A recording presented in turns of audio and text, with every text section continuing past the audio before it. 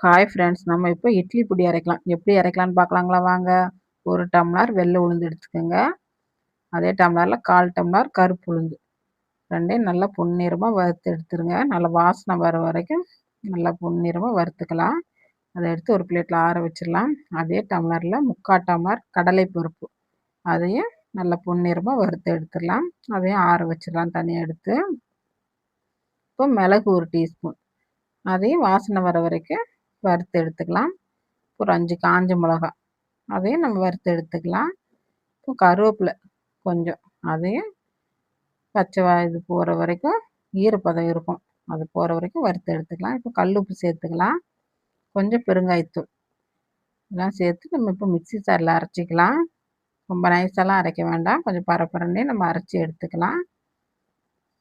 அரைச்சாச்சுங்க. இந்த பக்குவத்தில் அரைச்சா போதும். இட்லி பொடி ரெடி. நம்ம தோசைக்கு வச்சு சாப்பிட்லாம். இட்லி பொடியில் நெய் ஊற்றி சாப்பிட்லாம், நல்லெண்ணெய் ஊற்றி சாப்பிட்லாம். நல்லெண்ணெய் ஊற்றி தாங்க சாப்பிடுவோம். இப்படி செஞ்சு பாருங்கள், நல்லாயிருக்கும். Okay, thank you.